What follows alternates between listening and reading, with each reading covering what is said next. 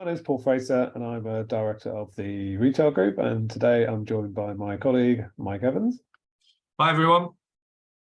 And today we're going to be talking about a series of workshops that we've been doing on behalf of London Borough of Sutton. They have been helping businesses to recover from the twin effects of the pandemic, but also the cost of living crisis.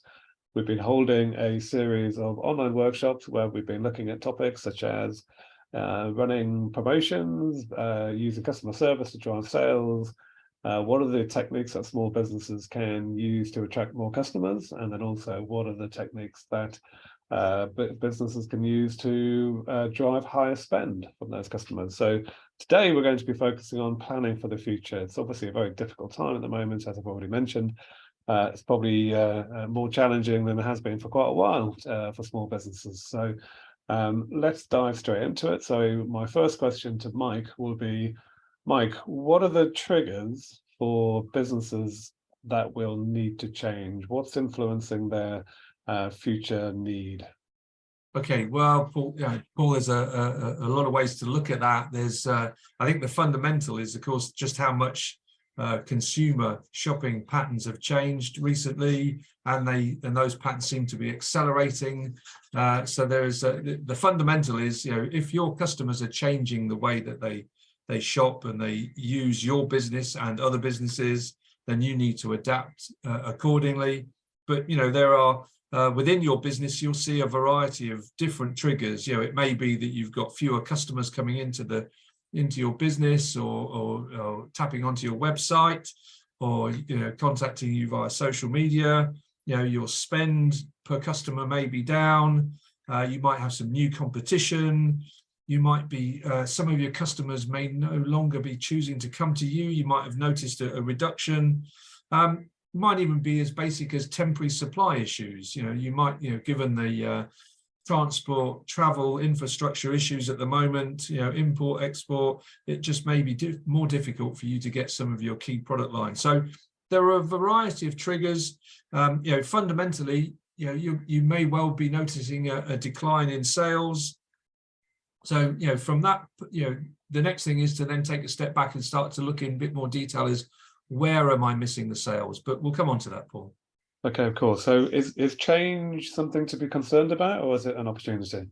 I think, businesses look, quite often a lot of businesses seem to think, that making a change implies that something is failing about your business. Actually, change is a real positive step. And you might be having to make a change because something isn't right, or performance isn't where you want it to be, but actually making that change is a real positive step going forwards. So it's something you should embrace within each business. I mean, the other thing is, of course, in today's world where consumers are changing and things are changing so rapidly in the broader spectrum of retailing, if your business is standing still and everybody else is moving forward, then by default you're going backwards. Okay, brilliant. So it sounds like there's clear need to continue to look at how to move the business on. So what are the things that small businesses can think about in terms of helping to plan for the future? I think that that there's a number of significant things that any business can do. Is first and foremost, start to think about what's changed with my customer. How are my customers, are they doing something different? Am I getting fewer of my regular customers, or are my regular customers coming to me and spending less? Are they going to other places? So I think, and then of course, the not only that, are my costs increasing?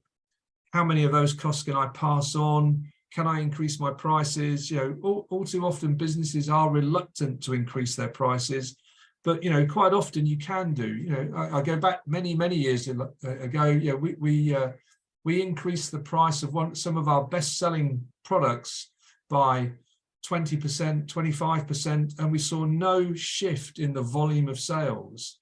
So providing you're still offering something which is good value for money and is competitive, don't be afraid to put your prices up as a key way to increasing your average transaction value.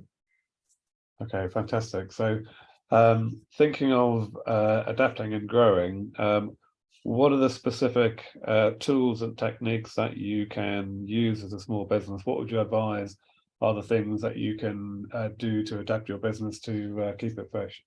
Okay, start off by looking at the information that you have.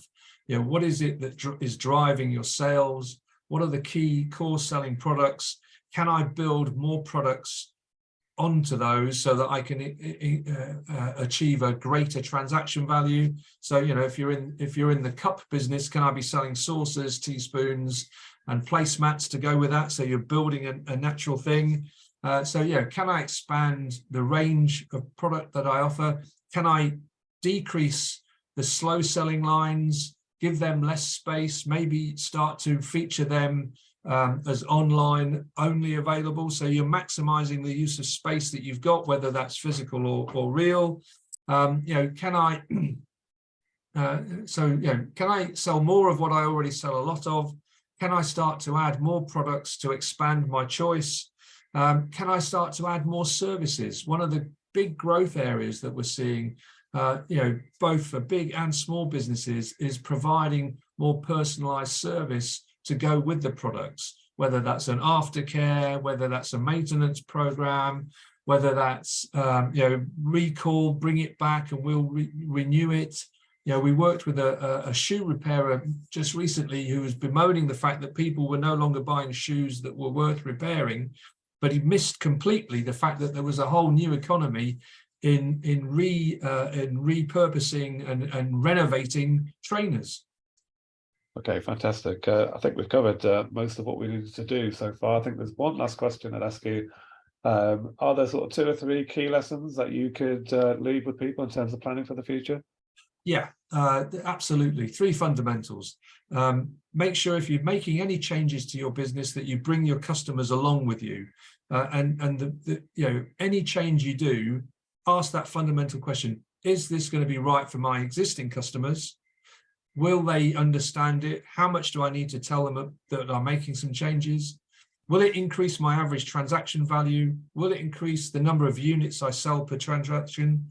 And if it's not doing those, then it must help you attract new customers. So that's the fundamental. You know, I keep bringing it back to the customer, but you know, so yeah, there are some absolute fundamentals. Okay, that's great, Mike. Thanks very much. Okay, that's all we wanted to cover today. If you would like further information, then please do have a look online, London Borough of Sutton YouTube channel. And also, if you have a look on Eventbrite, you will see the tag Sutton Business Sessions for more of the workshops such as today, which is obviously a summary, but the full workshops, 45 minutes to 1 hour. That's all I want to say today. So very best wishes to you all for the future. Mike, any last words? No, good luck, and don't be afraid to make change. Thank you very much. Thanks for joining us. Bye now.